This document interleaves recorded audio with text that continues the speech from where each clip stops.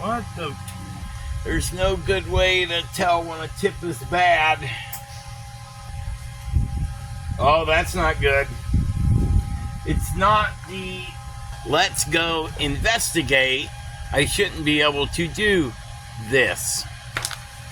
That usually means we're out of wire. Yep, no wire. Wire change.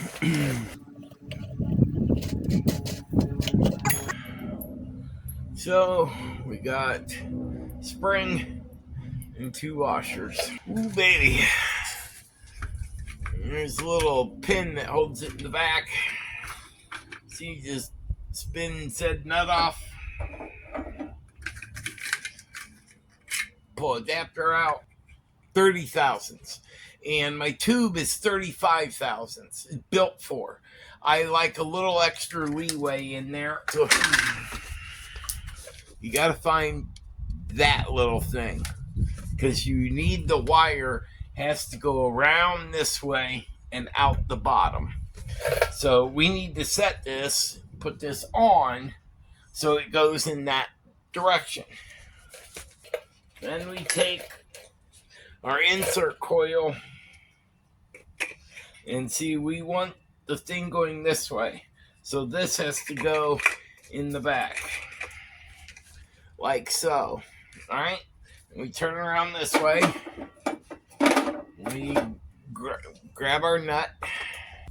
Yeah, make sure you go in the center hole. That makes it go on a lot easier when you put that in the right hole from the back.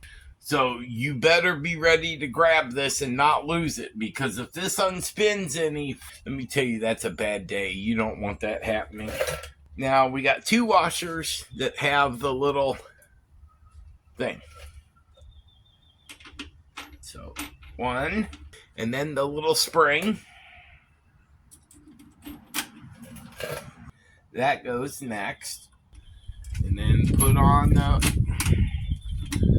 on this, tighten that. Now with this, okay, there, we cheated. That's all you have to do to insert the new one. You need to have your welder cable stretched all the way out. You don't want any bends in this if possible.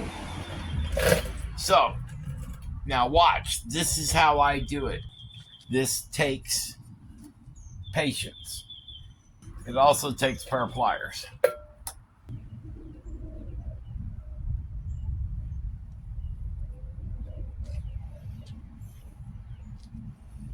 Okay, see where it comes out here?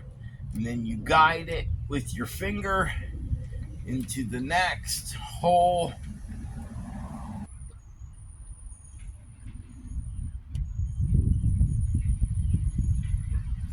Okay, now I got it in there. Now what you do is you push down on this. See, that's spring loaded. Push down on that and lock that. Now it's already pre-tensioned. I don't have to do it. We're going to turn it on, and we're going to tighten this a little. You don't want it too tight. You want this to be able to pull the wire through. You can feel it going through the wire. Bingo! You want to get the right tension on this.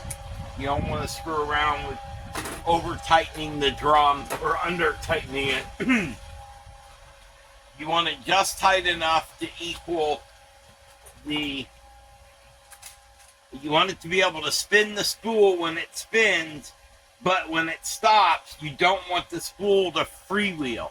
So you barely want it tight enough to keep it from freewheeling. So technically that's pretty close. That's the best way I found to explain on doing this. And then once all that's on, that's it. We're ready to weld.